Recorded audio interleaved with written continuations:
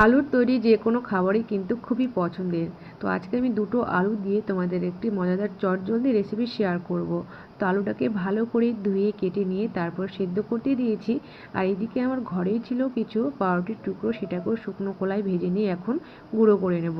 তো এদিকে আমার হয়ে গেল ঘরেই তৈরি ব্রেড ক্রাম্বস। এদিকে আলুটাও আমার সিদ্ধ হয়ে গেছে।